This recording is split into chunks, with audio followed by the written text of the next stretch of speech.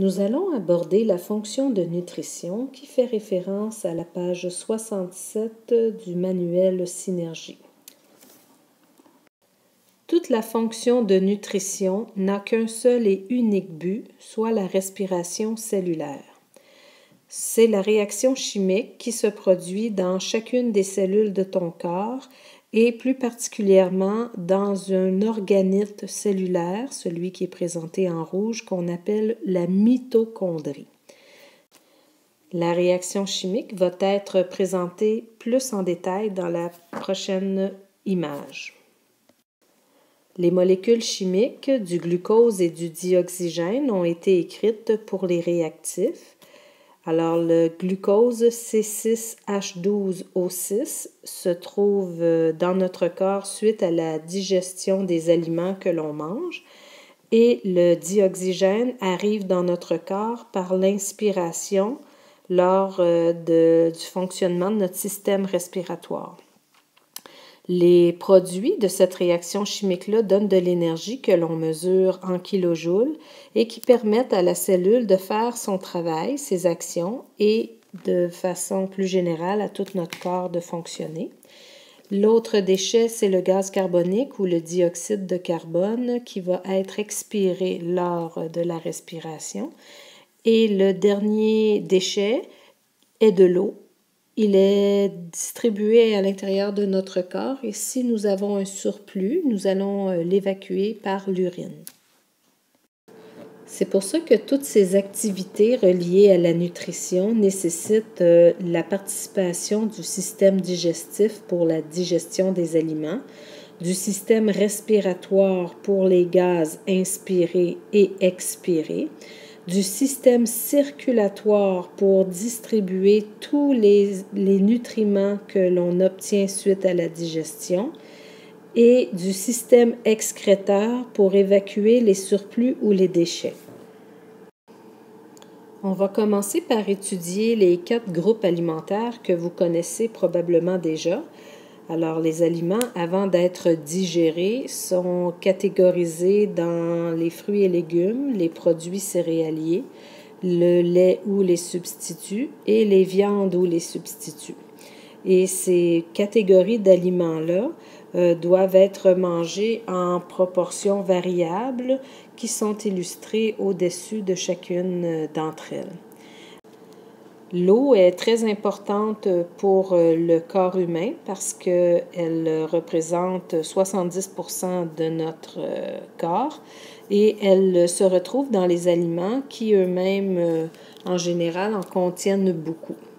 Et cette activité de nutrition-là nous permet de survivre et de fonctionner, nous permet de grandir et de nous réparer quand on a des tissus endommagés suite à des blessures ou suite au vieillissement. Ici, vous avez une pyramide alimentaire qui veut rendre visuelles les proportions des différents groupes alimentaires à ingérer dans une journée. Le plus important, c'est de s'hydrater. Alors, c'est la base de la pyramide. Puis, par la suite, viennent les glucides. Les glucides qui sont des sucres lents, c'est-à-dire tous les produits céréaliers ou à base de farine. Suivent par la suite les fruits et légumes qui vont permettre un apport d'eau aussi, de vitamines, de minéraux. Les produits laitiers où on va aller chercher d'autres minéraux dont le calcium pour toutes les os et les dents, la vitamine A aussi. Et puis, en dernier lieu, viennent les protéines. On a besoin d'en manger, mais pas tant que ça dans une journée. Les protéines vont nous aider à fabriquer nos propres protéines qui sont utiles pour la croissance ou le remplacement des tissus endommagés. La pointe de la pyramide nous présente toutes les matières grasses et les produits sucrés avec des sucres ajoutés qui ne sont pas naturels. Alors, tous les bonbons, les friandises, les sucreries à manger en très petites proportions. Ici, on retrouve le tableau des nutriments, c'est-à-dire les substances obtenues suite à la digestion des aliments que l'on mange. Les catégories, ils sont au nombre de 6 et la première, les glucides, c'est la source d'énergie qu'on veut aller chercher en premier qui est rapide pour l'utilisation dans nos cellules. Dans la catégorie des glucides, on retrouve tous les sucres et aussi les fibres alimentaires qui sont en fait un sucre qu'on appelle la cellulose, mais que nous ne sommes pas capables de digérer. Donc, ces fibres-là vont faire tout le parcours dans notre système digestif et elles vont être évacuées à la fin et ça va aider notre transit intestinal afin de ne pas être constipé.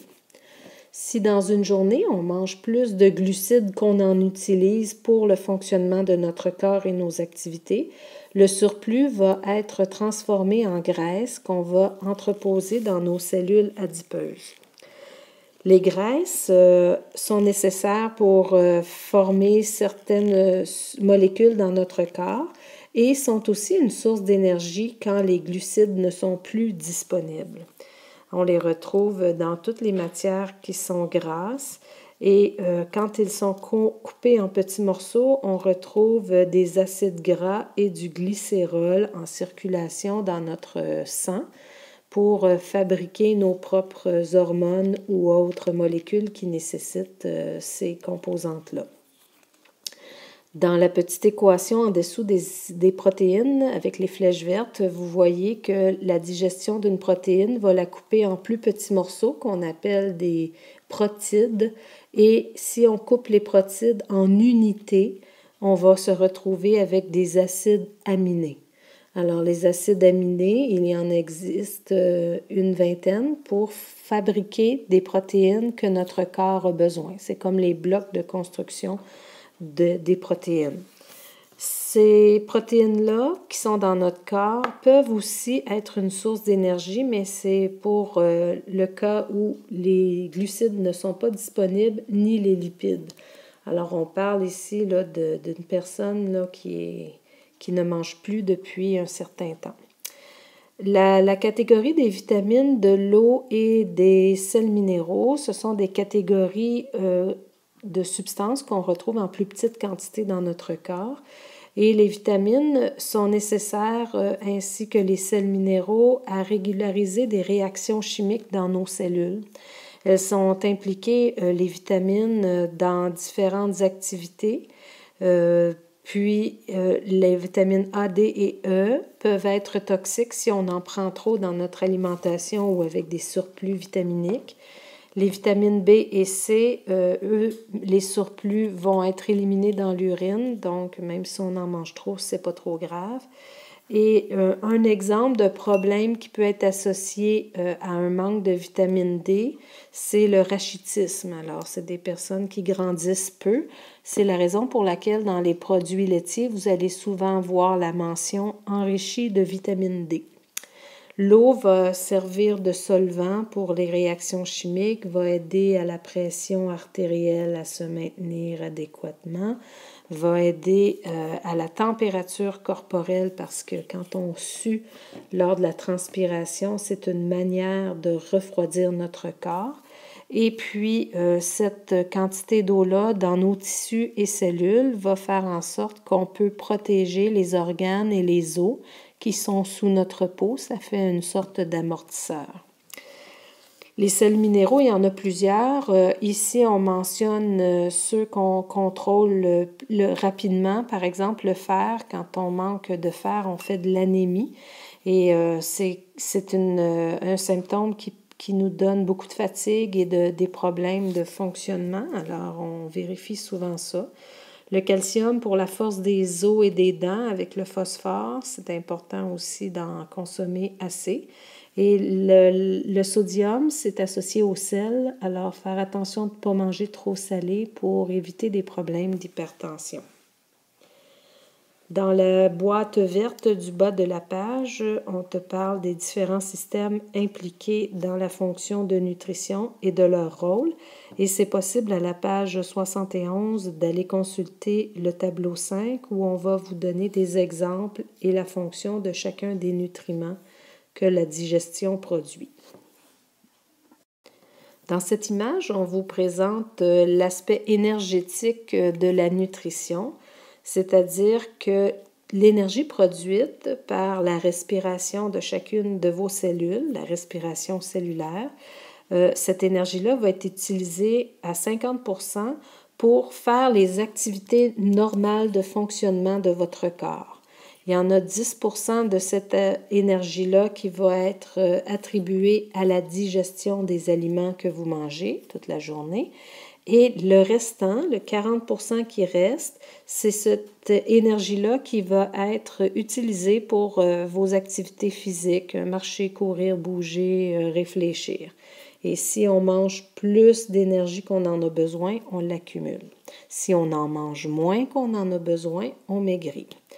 L'énergie est produite par les glucides, comme on l'a dit tout à l'heure, les lipides et les protéines. Et on voit que les kilojoules pour 1 gramme de glucides et de protéines, c'est la même énergie qui est fournie, 17 kilojoules, alors que les lipides donnent plus d'énergie, 37 kilojoules pour 1 gramme. Donc, les lipides sont plus énergétiques que les glucides et les protides. Les vitamines, sels minéraux et l'eau, on les appelle des régulateurs parce qu'ils aident les réactions chimiques de notre corps. Vous avez dans la deuxième phrase la conversion de l'énergie alimentaire de la calorie, qui était l'ancienne unité de mesure, vers le kilojoule. Alors, une calorie égale 4,18 kilojoules.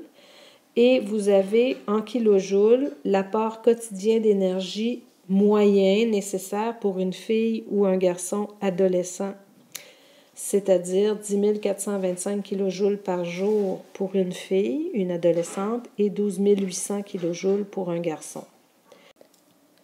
Pour l'étiquette alimentaire, les valeurs nutritives des différents nutriments sont représentées en pourcentage. Et un pourcentage de 5% et moins est considéré comme un apport quotidien faible pour ce nutriment, alors qu'un pourcentage de 15% et plus est considéré comme un apport élevé de ce nutriment. Maintenant, essayez de faire les exercices du cahier numérique MonLab. Pour le chapitre 3, qui est la fonction de nutrition, les exercices sur les aliments de la section 3.1, les exercices numéro 2, 3 et 5. J'aimerais que vous les fassiez en devoir ce soir et que vous les envoyiez pour autocorrection. Merci, bon travail.